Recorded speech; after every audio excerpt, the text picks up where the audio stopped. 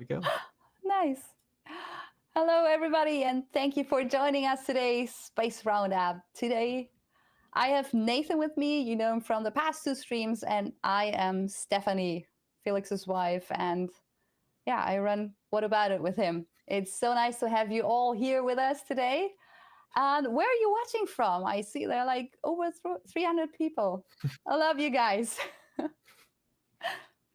Nathan, what are we going to see today? You've got the camera pulled up, and what else is there? So there's actually been a lot of stuff that has happened over the past few days. And just even in the past day, SpaceX has been just flying through stuff. You can see on the screen now we've got the Tower 2 pulled up, and it's grown. Actually, Again. after it took only 5 days between the first section being stacked and the second section being stacked, and there is a road closure tonight as well. So they might use that for the booster, but SpaceX is also known to do multiple things in one road closure. So they might also even roll another tower section to the launch Again site. Yeah. So when did we have the first section? So then people just pointed out, you're me today and I'm you. Yeah, this was a test. Let me swap that real quick. If you know who we really are, and you do, so thank you so much. And you're coming from all over the world. Wow, Calgary, Spain, San Antonio, India, Minnesota. I sound a lot like Nathan today. Do I look like him too? Yeah, so should be fixed now. Okay. I forgot, did they stack it on the 11th or did they roll it out like on the 11th? They stacked the first module on the 11th, and I believe they rolled out the second module the night of the 11th or the morning of the 12th. So it was very shortly after they stacked the previous module, which I believe it was at night, which does kind of lean towards them rolling that third module out to the launch pad, while basically like right after they've got that road closure done. And we'll see if they end up rolling the booster first, or if they end up rolling the tower section first. They might roll both. They might end up not, and they might, because they have like a road closure basically every day for the next week. They plan on doing a lot of stuff, so they could use this road closure. They could use another. I know SpaceX and the government is kind of like, hey, maybe don't close the road every day. So they're probably going to try and fit them both in one, especially because SpaceX has been having a lot of road closures. So yeah, if you put I'm not sharing my screen. Okay, I forgot something. All right, let me real quick pull the road closures up for you. All right, I'm sharing now, so you should be able to see it. Gotta set that up, and now they should be able to see it. Now that is fantastic. So I can scroll down a little bit. So we have two closures. Actually, today, did they already do it? Is the street open? I thought John is out there. 6 a.m. to 6 p.m. and tomorrow 6 a.m. to p.m. They might end up rolling it. I believe I did see there's one tonight as well. You can see that down there. So there are basically two road closures. There's one at night and one in the middle of the day. So they do have quite a few road closures. Which does make me think they're going to be rolling both the booster and the launch tower today. Yeah. So lots of activity. So we're going to have the third section rolling to Tower B. And the booster is already off the OLEM. Oh, I don't want to jump around now. Maybe keep talking about the Tower B. All right. So for Tower B, it appears that it is going to end up flying up quickly. Let me pull that back up so we can see on our camera. That is going to end up just completely flying up. I mean, I said it was 5 days after they stacked the first tower, or like the first segment, and I mean exactly 5 days, like to the minute almost. SpaceX is doing this like clockwork. So I Yeah. wouldn't be surprised if by the 21st on the dot, they have a third tower segment up as well. Because SpaceX seems to have just kicked it into high gear, because over the past couple days, it's been crazy. Trying to keep up with it is a lot. Even during our most recent episode, there was stuff that we had to cut out for time, because there was just so much news. Like we didn't end up mentioning that they removed the scaffolding, because we ended up just covering the static fire as a whole instead, and we basically got no room to talk about any of the pad repairs or anything like that, because they had still been doing repair work. We saw some more work being done on the ship quick disconnect. Not too much. It still seems to be out of order for now. Can you drive us over there? Because I'd love to see that. I can attempt to. Yeah. I'm not the best at controlling the camera. We're not doing like switcheroo with our names. We actually, switcheroo who's allowed to drive the camera today. So Nathan is a camera driver. I'm not actually sure how to zoom out. I think it's this. I'm not the best at operating the camera, so if I end up breaking something, I apologize. But I think, that is how you zoom out. Okay. Yeah. Okay, there we go. Nice. So you can see that there has been some work over at the first orbital launch mount, but let's ignore the obvious thing real quick, because we are going to talk about that later. And for starters, we're going to talk about the ship quick disconnect, because we have been seeing some activity, especially around there. Because so give me 1 second. For everybody who just joined, who just clicked on this thumbnail, welcome first. What is the ship quick disconnect and why is it there? Right. Okay. Yeah. So the ship quick disconnect is essentially the fuel pump, or I guess it's essentially the fuel line to the upper stage ship of the 2-stage Starship super heavy rocket. So they put the fuel in through the quick disconnect before they launch it or test it? Yes, correct. So they need that to work properly, but during a launch as well, because when you're launching a rocket, it gets pretty hot, it gets pretty violent and explodey. Yeah, it can be a very intense environment, and so they want to essentially make sure that as many components as possible are out of that flame and out of that intense heat and everything. Yeah. So the ship quick disconnect is actually designed to swing away from the ship and away from the booster and away from all the heat, so it doesn't get completely toasted. Unfortunately for SpaceX, that has not really worked.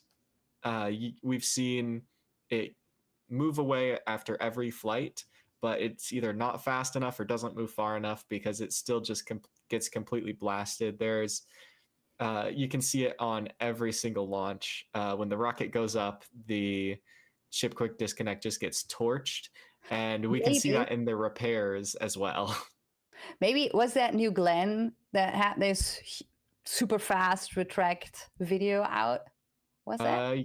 Yeah, I believe so. And maybe they should, connect more through that. Real quick, I think, is it just me or is the booster moving on the bottom left? Is it? I think it is. Hey, I think we got perfect timing. So, yeah, New Glenn did just recently perform a ship quick disconnect, and New Glenn is Blue Origin's newest rocket, and Blue Origin is Jeff Bezos's rocket company. So it's a pretty big rocket. It's supposed to be reusable, similar to the Falcon 9 with the first stage landing. And it's a ship quick disconnect, and just a quick disconnect in general is very common in the space industry. And SpaceX has just been having a few problems with theirs for the Starship rocket. And it did look like it was moving a bit, so we might actually be seeing them using that road closure for booster transportation now.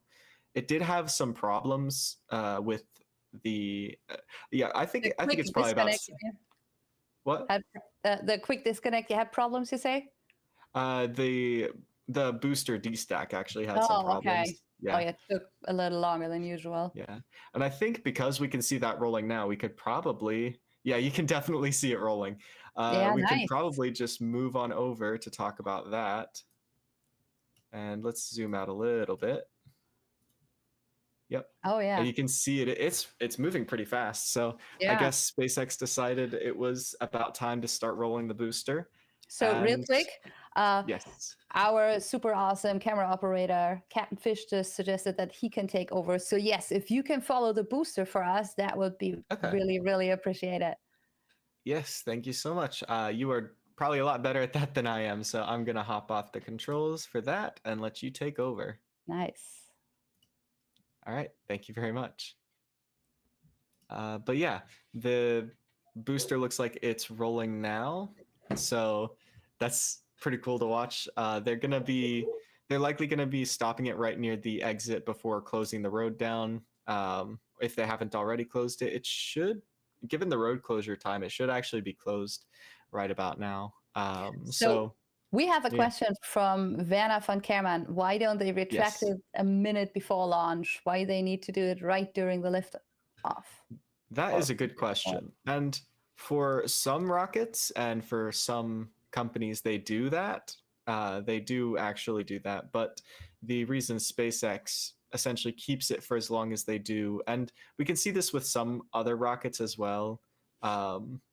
But essentially, the reason they do it is because the fuels they put into the rocket are essentially right at the point where they're basically just a few degrees above freezing, and because of that they can heat up pretty, like, essentially they need to pump the booster and ship as full as possible, and so to accomplish that they essentially fuel them up till the very last second. And they even cut down their fueling time, right? And they're like 45 minutes, or what was that? Yeah, I believe, yeah, it's under 45 minutes now for How a many booster times? and ship with I could actually for about, I had it pulled up and now I can't find it. I ask all the questions again. Yeah, so for 7,500,000 pounds of fuel, or 3,400,000 kilograms of fuel, and that's just for the super heavy. That's not for the whole ship and booster. Yeah, and if you take that like into perspective again, 45 minutes for the huge amount of fuel, then if you retract it like a minute too early, it already, as said, does not cools down. No, that would be awesome. Yeah. No, it warms up too much, and then you can't have that much fuel in it anymore. Yeah. So they really, and that's something I think you can see with SpaceX a lot. They time it to the second with whatever they do. Oh yeah, definitely. We can actually see the same thing happen with the Falcon 9. They'll fuel it till the very last second and then just disconnect the ship, or I guess in that case it's not a ship quick disconnect, it's just a full quick disconnect, and they call it the strong back for the Falcon 9 because instead of just a tiny little arm, it's an entire structure that goes up, and it just essentially folds away right at launch. Yeah. Okay, so I know we have the booster rolling, but we already talked about a static fire from yesterday. Yes, and I bet people want to see that. So I have already pulled that up from SpaceX. They posted some fantastic footage.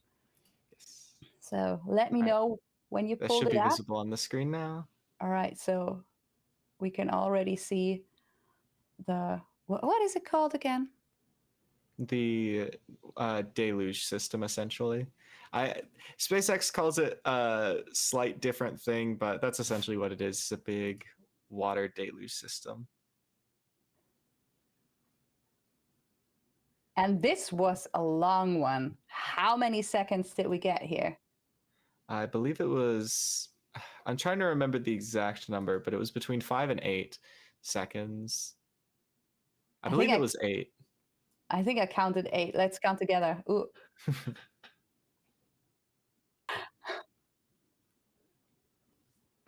7, 8, 9. Yeah. Yeah, around a little more than 8 seconds, I'd say. Yeah. Although some of that time Nice. is spent essentially powering up the Booster, engines, turning them on. It takes a little bit to turn them on. Nice. And they of course. Hello. Oh no. What's happening? They're very large pictures, so they might take a little bit of time to load. Okay, real quick, maybe we have some other footage here. Oh yeah, give it to me. Come on. I want to see it in big. There we go. Wow. They really gave us a treat, like so many different perspectives. Oh yeah. Look at that. Wow. This is probably some of the best footage we've gotten of the static fires so far. And some of those images are just, yeah, a lot of people got new backgrounds. I'll just say that. Yeah, I got a new hobby now. Look at that. A new hobby? Yeah, I can look at this. It's like, the equivalent to a huge bonfire. I prefer this. Put it on a loop and then you have a nice cuddle time on the couch. Just grab some s'mores. Oh, yeah. So while we look at it, why are they doing that again?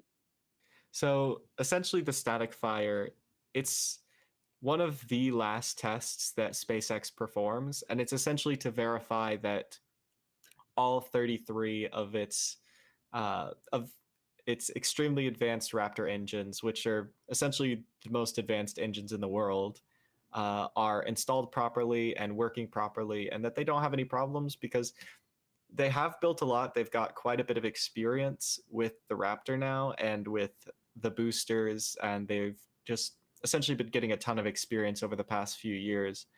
But they can still run into some problems. I mean, we saw that on the last flight, where on liftoff during Flight 4, they did actually lose an engine. Yeah. And if I remember correctly, SpaceX stated that that engine did look a little off during the static fire, and they thought they had fixed it, but it still ended up not quite performing. So yeah. when we look at this, does it look like we had a full 33 engine static fire? You think every engine lit up? I believe so, yeah. Like maybe let's take this view again.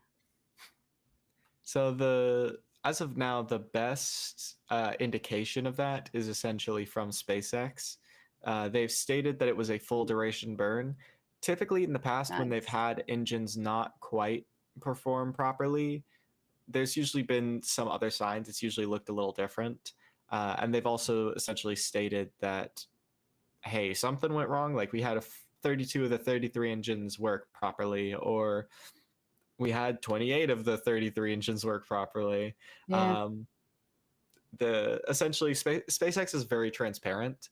And given the fact that they just said it was a full duration burn and they posted all these pictures and there basically seems to be nothing but celebration, it seems everything went well, at least on the upper levels. We're not, of course, it's hard to tell for like some of the smaller things. Some of the engines might be giving some slightly odd readings, or some of the sensors might just be like, hey, something's a little off here. But other than that, it seems like everything went perfectly, and that's why now we have that. Now we have the booster taken off the launch pad and on its way rolling down the road. Yeah. You want to see where the booster ended up so far? How far did it get? I got that pulled up now. Perfect. And so right now it's just sitting next to Hoppy. For those who don't know, by the way, Hoppy is that little silver tin can that's just right below. Oh, wait. I think I still have... Hold on. I think I might have accidentally double-clicked. So I think... Oh, nope. They should be pulled up.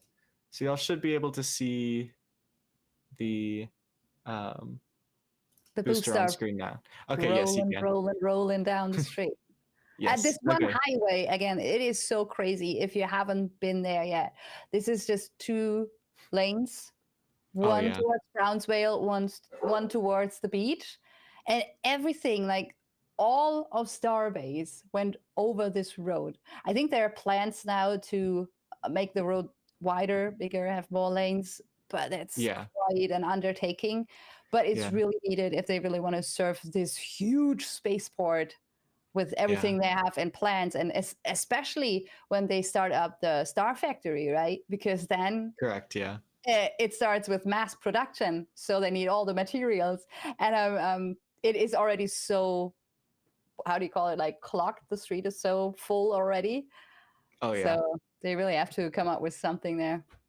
There have also been talks about essentially building a whole separate road on this, like along the side of the existing road. But yeah, right. I was going to talk about Hoppy, so I should probably explain that to a few people that don't quite know the full history of Starbase, because I mean, it's as fast as SpaceX has been moving. It's been a few years now since the very start of the program, and Hoppy was essentially the first prototype that SpaceX built for the Starship program.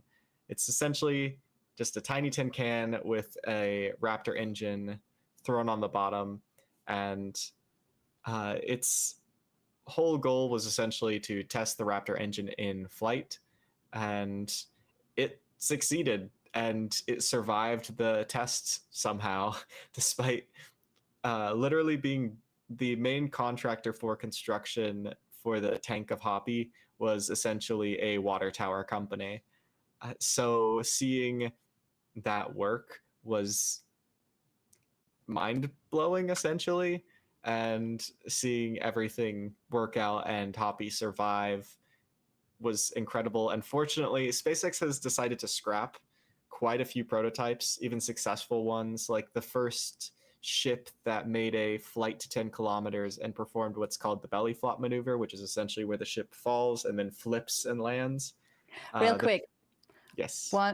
Who wants to go down, what is it? Sentimental Hoppy lane with me? And real quick, look at, I think it was Felix's first stream as well. So if you pull out my stream again, my screen. There we go. All right, let's watch this while you explain us more, Nathan. Yeah. So Hoppy was essentially the first prototype SpaceX built. It was very thrown together, very makeshift, and somehow it worked. And so the full name is Starhopper, but everybody just calls it Hoppy. And it is an adorable little flying tin can, and we love it. Unfortunately, SpaceX has scrapped many prototypes, including the aforementioned SN-15, which performed the first belly flop maneuver from 10 kilometers. And we were afraid after SpaceX had started scrapping some stuff that they might eventually get around to scrapping Hoppy. But fortunately, after this, also for reference, by the way, where Hoppy is currently located in the video, that is the launch site. Yeah. All right. That giant pile of dirt that Hoppy took off and landed on is where we now have a launch tower and a second one being built. Let's stalk the booster. Yes. Again. So it's been incredible to see the development, and it looks like the booster is rolling down the road. So it's going to be passing the second stack of the Tower 2 soon, which it's just incredible to see all the progress that SpaceX has made recently.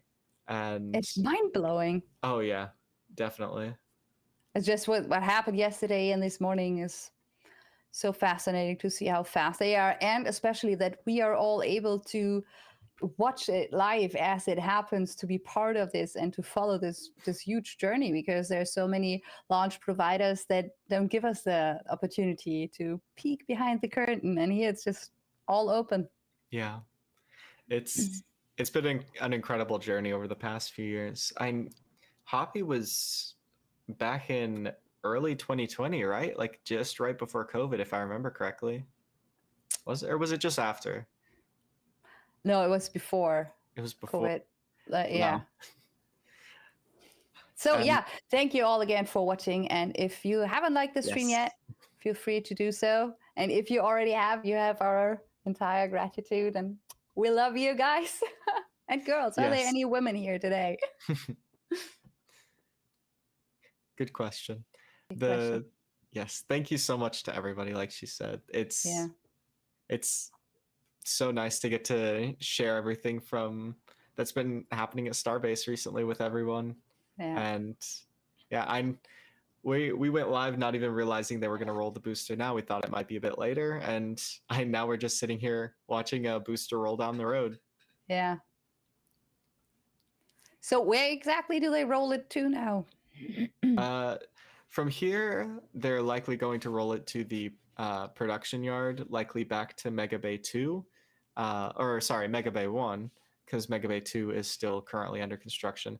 They might also, depending on how everything went, they might even just roll it over to the Rocket Garden to do a quick check over. They might not even end up rolling it to the Mega Bay, but they probably will need to, just if there's any final checks or any final equipment that needs to be installed. Because for this static fire, sometimes they don't even install everything for it because they don't need everything and they just want to get the test done. So seeing it roll to the production yard, it'll roll to one of the two at the very least, and from there it will just essentially get ready for say it for the flight. So all right, so the booster is almost ready for flight, as we just heard. What about the ship? So the ship is currently it's got some work being done on it right now. The entire heat shield is being swapped, essentially. Yeah. So why again? What happened at the last flight? Well, it's being swapped because the last flight had some extra flamey pieces that decided to show themselves while the ship was re-entering. It was a very pretty re-entry. It was a very eventful re-entry, but it was also the most beautiful thing I've ever seen, I have to say, in spaceflight. I was gonna say, don't you have kids? No, in spaceflight. But yes, it was absolutely breathtaking, and we actually got to live stream it on the channel with all of y'all. And essentially what happened was some of the heat shields ended up breaking, some of them weren't quite put on correctly and didn't stay on, and there was also some problems with the hinge seal, which is essentially where of the flaps, which is essentially where the aerodynamic control flaps for that belly flop maneuver that SN15 was testing attaches to the do you have it pulled up? No, okay. I've got my camera here. Was it on the top side, or where was it? It actually happened on all four. So Musk essentially confirmed that it was all four that didn't quite work properly. But the top right one, or was it? It was top. Which one? This? Yeah, I believe it was. I think it was this one, right? Yes, it was that one. Yeah. It was the top right side, I guess. It's a cylinder. It's hard to tell what's left and what's right. Let's do this again, right? No. Don't tell Felix I did that. Okay. Felix is just going to come back and be like, what happened to my Starship? Yeah. Well, we just free-played the re-entry situation we had. Although, if you want to make it accurate... I went there. I'm sure he's got more models, right?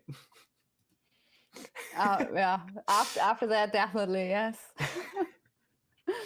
Okay. He'll have some pieces of a model as well. Yeah. But yeah, ended up having some problems. So SpaceX decided to, well, they had essentially decided to do this beforehand, but they weren't sure if they were going to implement it on Ship 31. Essentially, they had been making stronger tiles that were less likely to crack and more likely to stay on, as well as adding an ablative layer to the ship, which is essentially if one of the tiles breaks or falls off, that ablative layer will make sure the ship underneath stays safe. And SpaceX has essentially been adding that to Ship 31, which is the ship that will be flying on the booster that we're watching now. Yeah. That's a black silica felt, right? Yes. It's ablative, which basically means it's kind of single use, which means SpaceX would prefer not to have it. So they have to rip everything apart after every flight and put new silica felt on there. Essentially. They likely wouldn't need to rip the entire heat shield off. They could probably just do a cutout and replace, like, say one tile falls off, they might take the tiles around that broken tile off and essentially cut a big circle to replace the felt in that area. So they wouldn't need to replace the entire thing. That's good. But still not what we wanted, right? Exactly. Although SpaceX does intend to fly people on here. Oh, thank you for the channel membership, Francis. SpaceX does intend to fly the ships with people on them eventually. So having that ablative as a backup layer is very important, essentially, especially if the heat shield isn't the most reliable. And not just for people, but SpaceX intends to make this a fully and rapidly reusable vehicle. So having a vehicle break up on reentry because it lost a single tile isn't exactly the best. You can look at aircraft. Most aircraft have at least one backup. There's basically, there's supposed to be no single point of failure where if, hey, this thing fails, it's going to be the loss of an aircraft. Yeah, we don't talk about the Max. Okay. Yeah, yes. that was actually the problem with the Max, is it had a single point of failure, and when it failed, it failed. We don't want that for a Starship or a SpaceX or anything. So I lost my train of thought because I was confused by the airplane. We were on single point of failure, essentially. Yes. So how much time does the silica felt add to? I mean, we've got the heat shield, we have the silica felt, and we have the stainless steel Starship itself, which is not like very, very fragile. Yeah. So whenever it comes to production,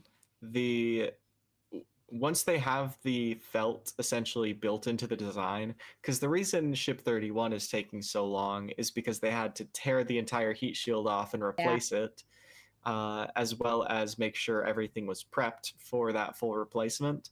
Where for future ships, such as on version 2, we should be seeing that essentially be done beforehand, and that ablative silica felt applied before the first heat shield is applied, because if they applied the first heat shield and then just broke it off, that wouldn't exactly be a very good idea. What I meant actually is during re-entry, like we have the heat shield, the heat tiles, then we have the silica felt and the steel Starship, and every single piece of those is pretty heat resilient. So because I think the last re-entry was pretty hot, and we were glad that Starship was made of stainless steel, so it actually survived. I think every other rocket would have just fallen apart. Oh, definitely.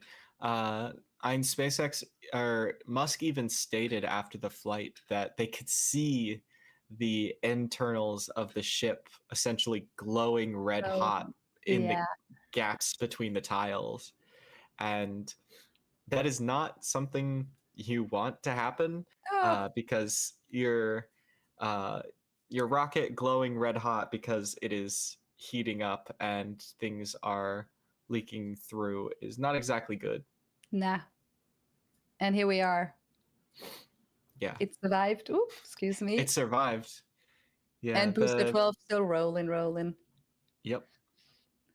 The I'm the flight 4 was absolutely incredible, and flight 5, I SpaceX has essentially had an improvement between every one of these flights. The first flight didn't even make it to space. It did some cartwheels and then blew up.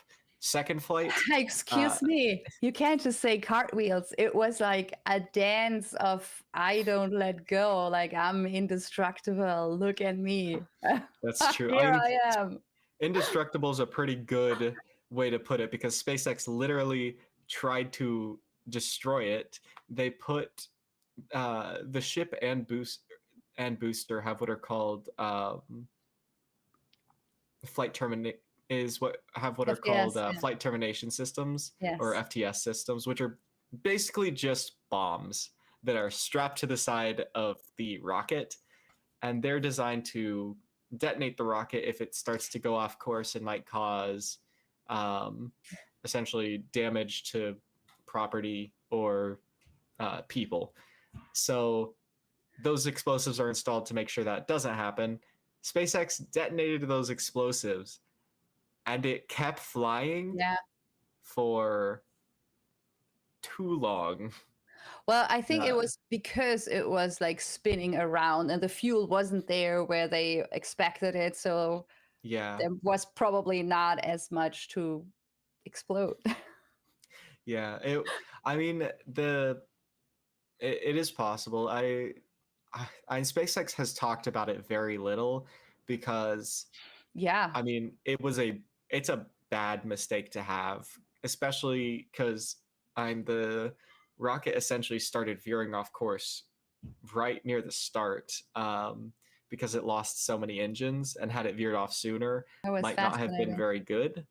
I don't know where Um, you were, but yeah, like it felt like the first 30 seconds when Starship lifted off for the first test flight. I was there with the kids. And when I saw like it was so slow and slightly going sideways. And if you remember like another rocket that went sideways that didn't lift off, I was just yeah, grabbing the kids and I was like, I'm ready to jump to the ground because we were not even like or almost 3 miles away, I think something around 3 miles.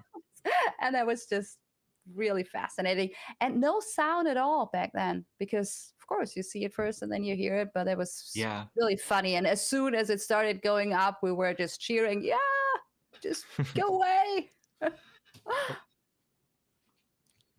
Yeah, it was a exciting launch to say the least. So The now let's go back to the ship again. I see that we have a view of what is that? that is the production yard. Yeah, that is the high bay, right? Where the Yes. ships are in. Actually, those are both the mega bays. So the one on the right is Mega Bay 2. It is the newer one. It's still got some work that needs to be done. And then the other one that was visible was Mega Bay 1, which is where the booster is likely going to roll, Yeah. because that is essentially where SpaceX does most of the work on their boosters. That's where this booster was built, that's where future boosters were built, and that's where many of the past boosters were built as well.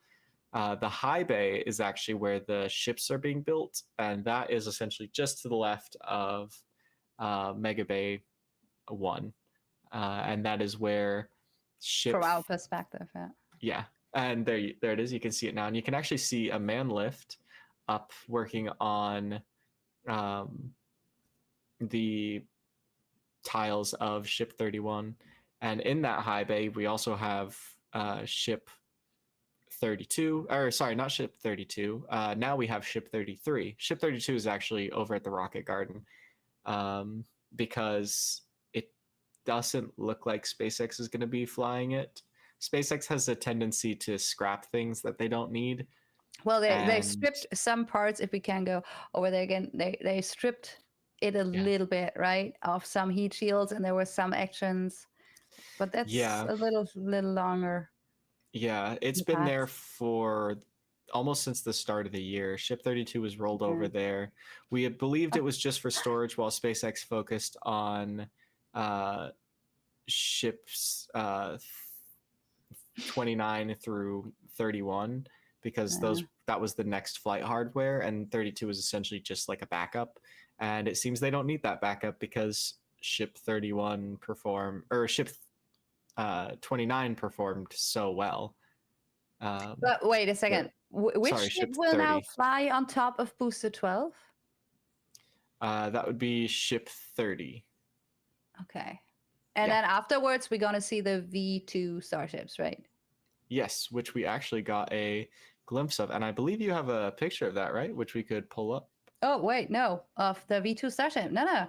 I don't have that. That was the last time. Right, yes. We talked about it on Sunday, yes. But what I wanted to talk about a little bit, because I don't know how you're feeling, but I am missing the launches here from the Space Coast after the engine failure of the second Falcon stage. 9. Yeah. What I have is an image of all the launches that happened today so far. So let me know as soon as you have that up, because it is pretty impressive. It's just SpaceX launches. Yeah. Real quick, I do want to say there was somebody in the chat saying ships 33 through 35 were scrapped. That is correct. You're right. Ships 33 through 35 were scrapped, and we believed ship 36 would be the first V2 Starship. However, what we were able to see whenever the new V2 Starship sections were being rolled to High Bay 1 is that they were labeled ship 33. So it appears SpaceX scrapped those ships so early in development that they just don't even count them. That's actually kind of something new, because we've seen SpaceX we've seen it to where SpaceX essentially gets nowhere into booster or ship construction and then just scraps them, but still counts that as a number in the line. We saw that with SN, which was it just stands for serial number, which was the ships they were flying during the high altitude flight tests with the belly flop maneuver. They essentially skipped ships 12, 13, and 14 and went straight to 15. But it appears they're just going to be reusing the ship 33 name for the version 2 starships. Yeah. So if you hear me refer to ship 33, I'm referring to, and I guess you could call it ship 33.2 or 0.1. I think we could call it 0.2 just because it's version 2. So it's version 2, so less confusion. Yeah, and usually the 0.1 stand for a test tank. So this will be ship 33.2, I guess.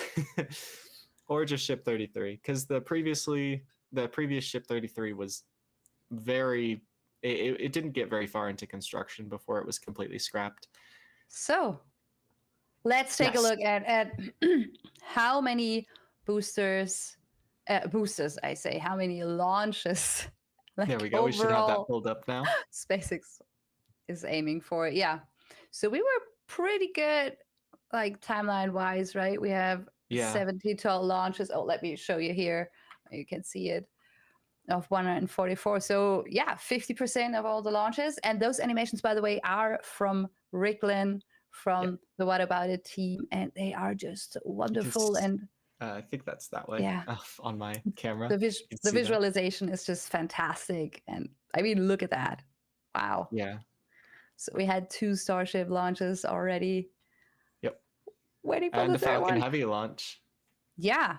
With a double booster return to launch site. That was pretty impressive. Which y'all got to watch from a boat, and I'm not jealous at all. Yes. And my sister was there visiting us with a 10-month-old baby. And not to make you jealous, but this 10-month-old baby already saw a Falcon Heavy launch from a boat 2.5 miles away from the booster landing sites, including double sonic booms. Wow. That's the goal right there. Yeah, I'm not jealous at all, I promise. You didn't make me jealous. No, not at all. Yeah. But yeah, they were getting their goal for this year was 144 launches. So that's why at the top left you can see it was 72 out of 144, and they made it to 72, and then had this engine failure. So it's unlikely they're going to be able to reach that goal. In fact, they might even fall behind their. Don't say that. No, I will believe. Like I really have. We have to see how long the FAA investigation, how much time that takes. Yeah, hopefully they won't fall behind. We know that SpaceX has a very good track record. I mean, I'm forgetting the exact number, but I believe it was 327, 320. Of what? Yeah. I need more information. 300 and I believe at least it was 327 consecutive successful launches. So essentially 327 in a row for the Falcon 9. That's not even for impressive. Falcon Heavy. And I guess you can't even count the Starship tests because I guess that would technically drop that amount. No, just the Falcon family. Yeah, just the Falcon family. It was over 327 successful launches in a row, which for reference is nearly 3 times the second place of it, which I believe was the Atlas or you lost me. I was already looking at the whole Falcon family after we talked about it, and I was in complete awe about what those boosters achieved. I mean, we have 2 Falcon Heavy side boosters that launched 5 times already and landed again. Like this is wow.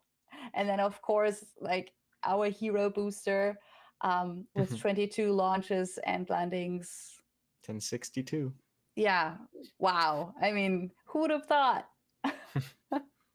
I'm not even SpaceX at the start, essentially. They said that their goal for the boosters was 10 launches, and now they're coming up on 25.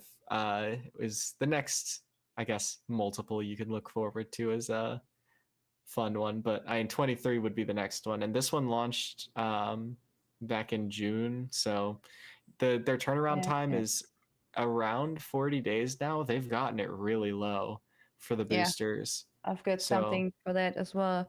Where are the turnaround times here? Those are the turnaround times all the way on the bottom. Yeah. And this is B1076. Yeah. And you can see one of those was 29-day turnaround. Yeah. So they average around they average around like high 30s, low 40s for the average turnaround time for a booster. So we'll probably be seeing a 23rd landing of that booster, which is going to be awesome. Especially if you take a look here at those last times. It's like 30 days, 29 days, 3 days, and 39 days. So they're really getting faster and faster with refurbishing all those boosters. And they all get refurbished here at Hangar X at the Kennedy Space Center. And when you take a bus tour at the Kennedy Space Center, you drive past this hangar, and most of the time you see a booster next to the hangar because not right now probably, but with their regular launch cadence with 2 to 3 Falcon 9 launches per week, chances are very high. And occasionally they still do this bus tour, but sometimes they'll even take you on a bus tour around the pad. And because SpaceX launches so often, they kind of can't really do that as much anymore, especially with SpaceX's launch cadence. But sometimes when they do, there will be a booster on the pad, which is just that's cool. Or in front of the pad. Last time I had both. I had like the booster right next to Hangar X, and then the booster at the launch pad, not directed yet. But that was I think 1.5 weeks ago. And now we're all sad. Like I miss the launch sound. It's really silent here at the Cape. Even when it's at 3 a.m. Yeah, like I wake up, the windows are rattling, and I'm like, because first in the beginning when it just rumbles a little bit, you're like, oh, do we have a thunderstorm? And then as soon as the windows rattle, you're like, oh, it's a launch, and I missed it. Yeah. So if you can make it down to the Cape as soon as as SpaceX can launch the Falcon 9s again. Yeah. I mean, I'm sure when SpaceX starts launching them again, they're going to want to catch up. So, I mean, the moment they start launching again, you don't even need to look at when a launch will be, because they will be launching probably every day. Okay, so here we go with the Starlink missions. Wow. But that is like all the missions, right? From what do we have here? 14. Yeah. So these are all zoom in a little. All the launches from February 22, 2018. Oh no. I think you have to talk. So yeah, these are essentially all the launches from 2018 up till essentially the most recent incident. And you can see there is quite a few. Yeah. This SpaceX's cadence with these is kind of ridiculous. And they're able to reuse boosters, fairings, and this upper stage that failed is the only one they haven't really been able to reuse, which is pretty unfortunate. And it also kind of proves SpaceX's point in calling it, instead of a reused booster when they're talking to customers and people who want to fly, they call it a flight proven booster. Yeah, which they are. Right. Yeah. Yeah, and the booster, I you can kind of see that the reusable boosters now essentially have a better track record than the non-reusable upper stage. Yeah. And a lot of companies used to essentially get onto SpaceX like, oh, reflying the boosters is dangerous and stuff like that. But and if you take a look at this, they are really so good. As said, over 20 launches for like a handful of boosters by now. Oh, yeah. One fascinating thing I wanted to show you as well is when we go all the way up here, this is February 2018. And all those boosters here up until, where are we now? Here. This is January 2024. So you can see all those boosters before this point here were launched within 6 years. And all of those boosters are just from this 1 year to, take that into perspective again, like how much they ramped up this launch cadence. It is really impressive. SpaceX's cadence is mind-blowing. The amount of launches is incredible, and the reason they've been able to do this is because Starlink has been growing a lot with customers, with capabilities, with people wanting more out of the system. I mean, we've already got SpaceX in talks with the US government and the military to provide a similar service to Starlink called Starshield, which is essentially a government-funded and government-centric and military-centric version of Starlink, specifically for US government use, and I'm assuming for its allies as well. So I don't know how you feel, but while you keep talking about those things, can we go on the booster hunt again and see how far away it is still from the production site? Yes, let's see how the booster is doing. Yeah. That should be pulled up now. Yeah. So the camera's a little behind for us, so we'll be able to see that in a few seconds. Yeah, SpaceX is SpaceX's biggest customer. SpaceFlight says right now with Starlink, of course. Oh, by far. SpaceX is SpaceX's biggest customer by a large margin. I'm pretty sure the runner-up is actually NASA with their essentially ISS resupply missions and science payloads that they fly with SpaceX. Yeah, they do a lot And of ride-share missions as well, right? yeah, they do. Although you could count, I don't really know if you could count those as big customers because technically it's a bunch of little customers. Of course, but that is so fantastic as well. Like you don't have to book basically or buy the whole launch. You can just, I mean, still very expensive, but you can Oh just, yeah, buy a ride share. yeah. Because And they launch I've what? studied.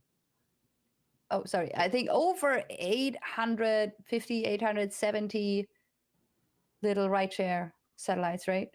They've launched quite a few. That sounds about right. Yeah. It's been, yeah, I believe it has been about that many. They've done quite a few launches. And like you said, they are expensive. And I studied aerospace engineering in college, and during that time, I was part of quite a few clubs, including one that focused on satellite development. And we actually produced a satellite that we planned on launching. I Oh, actually need to get in contact with some of them because the program is still ongoing, and and it they didn't might launch even be yet? launching soon. We had not launched yet. We had some software bugs that were the main problem. The hardware side was overall pretty good, you know. Yeah. I'm not saying anything. But the software side had some bugs. It might have also been some hardware related problems with the software communicating with the hardware. Yeah, that's always an Um, issue. yeah, because you can see that with many rockets. Actually, software can be a problem, but the Not not software just hardware not just mix rockets. I only have to look at everywhere. this computer I'm sitting on. And just some of our streams with audio problems and stuff like that. Yes. Software is so yeah. But it's for a tiny satellite, which was about the size of this cup. Actually, it was a bit smaller. It was essentially up to about here. Okay. It was going to cost about $20,000, Yeah. or the cost of a new car, to launch a satellite that big, like that big, into space. I actually Yeah. have one of the computer boards somewhere. Actually, it might be here. Let So me check real did you quick. did you already talk about on what rocket you were planning on launching it? It was going to be on a Falcon 9 rideshare. Yeah, of course. I can't find it. So, It's because okay. that even Maybe you can prepare it for next time because we're already in our last minute. So yes. we're wrapping So this up. We want to watch the booster go yeah, down to the production side, back into the Mega Bay. But yeah, if you want to keep following Booster 12 on its journey, you can go over to our 24/7 live stream and you will yes, see us again tomorrow at 1 p.m. And we have something special for you tomorrow because we did another flight over with the yes. helicopters. So And we look want to share forward to this with that. you. Yeah. All right. All right. So we're gonna hop off stream now. Yeah. To everybody who stopped by, thank you very much. We hope y'all all have an amazing afternoon, night, morning, whatever time it is for Afternoon. you. We hope you have a good time. Yeah. And yeah, we'll see Oh, y'all tomorrow, hopefully. Oh, you got and one when more you thing come to say? tomorrow, yeah, bring like a nice joke or something, a wonderful experience that you made with a launch or something space related and share it with us tomorrow. We'd love to hear that or read it. All right. That's it from Yes. me. Bye, All right. everybody. Bye.